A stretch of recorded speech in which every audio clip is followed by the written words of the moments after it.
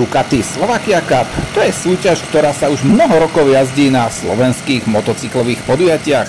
Hneď na úvod musím povedať, že ide o preteky na pravidelnosť. A to z toho dôvodu, že na štarte môžu byť motocykle od veteránov až po najmodernejšie stroje Ducati, ale aj cestovné stroje, hypermotardy a tak ďalej a tak ďalej. Takže ide o to, aby si to hlavne majitelia značky Ducati užili a pred rokmi túto súťaž založil Ľuboš Gréč, vtedajší dovozca značky Ducati na Slovensko. Žiaľ, Ľuboš už niekoľko rokov nie je medzi nami, ale táto súťaž je v podstate takým jeho memoriálom a dôstojnou spomienkou na tohto jedinečného chlapa, ktorý pomohol mnohom slovenskému motocyklovému športu.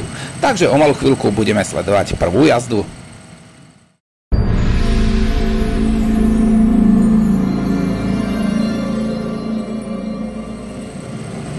A z miesta pole position bude štartovať so štartovým číslom 53 Lukáš Sulo, vedľa neho je potom Zdeněk Sedlák s 21 a so 4 Jozef Milučký. Milučký sa vo výbornom svetle na tomto podujatí predstavuje aj v kategórii Babeta Cup a môžete to rovnako vidieť aj na tomto DVD. Lukáš Sulo bol najrýchlejší, inak jazdí takisto aj kategóriu veteránov, tú najsilnejšiu, takže aj jeho môžete vidieť na ďalších pretekoch na tomto DVDčku. Lukáš už mnoho rokov patrí medzi najrýchlejších jazdcov v rámci kategórie veteránov, takže nás potešil práve jeho vstup aj do tejto triedy, hoci teda aj rovnako tu sa ide na pravidelnosť ako mnohokrát, keď jazdil on tie svoje súťaže v rámci veteránskych pravidelnostných súťaží a mnohokrát bol síce v cieli prvý, ale nakoniec teda bola veľmi nepríjemná situácia medzi Petrom Kolibárom a Michalom Špačkom, ale dopadlo to dobre. Takže Lukáš Sulo je naozaj mimoriadne talentovaný slovenský pretekár, ktorý je vždy rád prvý v cieli, hoci sa súťaží o pravidelnosť. O malú chvíľku práve Lukáš pôjde do cieľa prvého kola. Jozef Milučký so štartovým číslom 4 už je na druhom mieste pred Zdeňkom Sedlákom.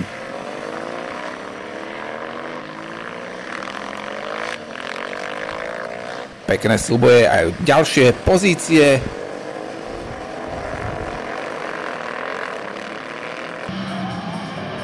Lukáš si na prvom mieste vybudoval už náskok pred Jozefom Milučkým. Zo 111 je tam Lubomír Deckár, ktorý teraz práve v tejto chvíli sa dostal pred Richarda Čajkoviča. A práve aj v jeho prípade môžete vidieť, že tu môžu jazdiť hociaké motocykle značky Ducati, práve Deckár jazdí na tom hypermotárde.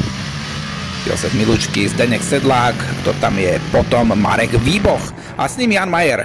To boli štartové čísla 87 a 22. Áno, a stále na prvom mieste Lukáš Sulo.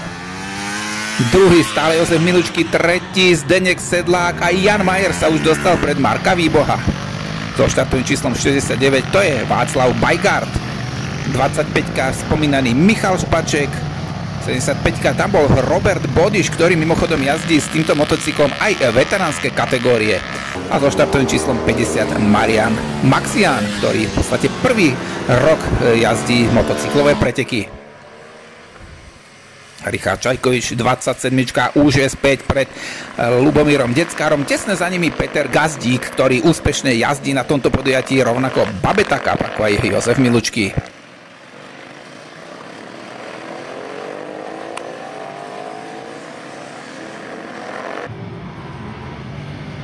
Richard Čajkovič teraz trošku si vybudoval náskok pred Ľubom Deckárom a myslím, že Peter Gazdík si tam hľadá miesto, kadiaľ by sa dostal pred Deckára. Pri pretekoch kategórie Babeta Cup som spomínal, že práve Ľubo Deckár je otcom kategórie Babeta. Pred 4 rokmi v podstate zaviedla sa na Slovensku táto kategória, kde jazdia muži aj ženy.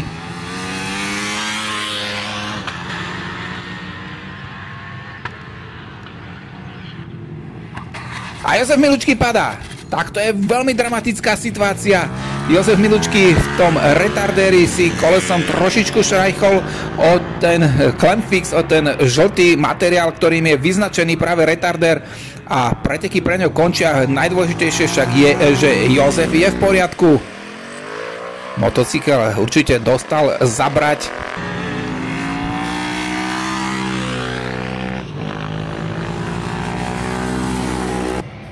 s 22 Jan Majer, ten sa v Hričove predstavuje aj v kategórii nad 600 kubických centimetrov.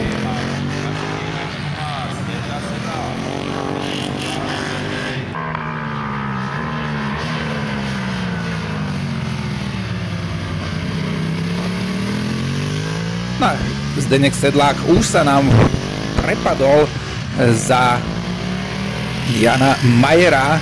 Zdeněk bol tesne za Milučkým práve vtedy, keď Milučky spadol.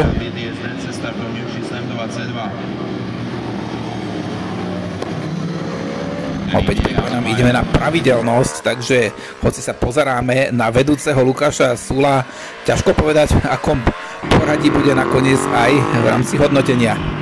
So 111 opäť Lubomír Deckár stále pred Petrom Gazdíkom a dokonca obaja opäť predbehli Richarda Čajkoviča. Krásny súboj tejto trojice, aspoň teda optický súboj. Uvidíme, čo nám prezradí časomiera v rámci hodnotenia na pravidelnosť. Peter Gazdík vynikajúcim spôsobom jazdí aj kategóriu Babeta, aj kategóriu Ducati, je to skvelý jazdec. S 28, to je Miloš Zmajkovič, ten takisto jazdí aj Babeta Cup.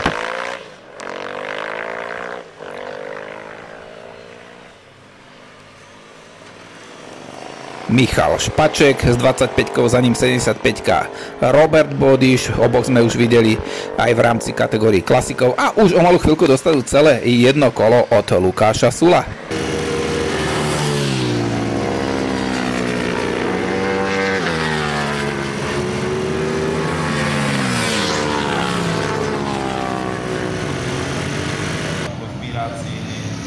Lukáš tam mal mierny problém v tej prvej za cieľovkou, ale s istotou ide stále teda na prvom mieste. Peter Gazdík.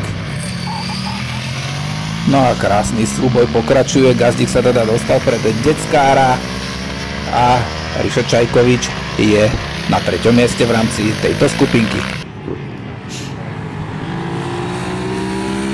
Tu je štartové číslo 27 Richard Čajkovič, jazdec, ktorý robí aj mechanika v slovenskom týme Maco Racing. A tu je Jozef Milučký.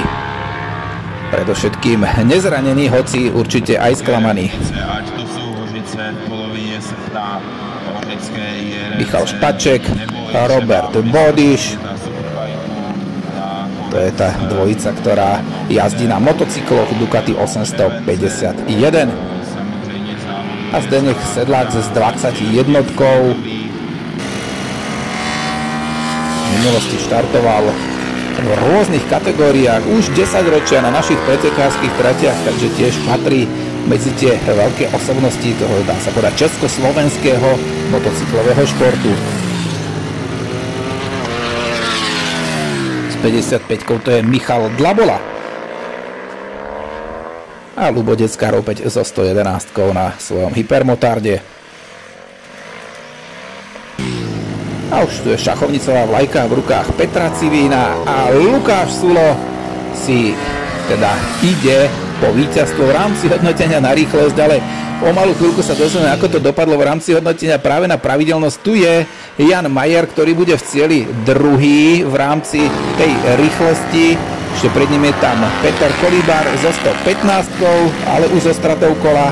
Takže Jan Majer takisto v cieli a poďme sa na to pozrieť, ako to dopadlo v rámci toho hodnotenia. Tak Peter Kolíbar, na ktoré sme sa práve pozerali nakoniec, bol najpravidelnejší a víťazí pred Markom Výbohom a Lubomírom Deckárom. Robo Bodiš bol 4. Lukáš Sulo, ktorý bol v cieli na prvom mieste, bol teda nakoniec v rámci hodnotenia na pravidelnosť až 5.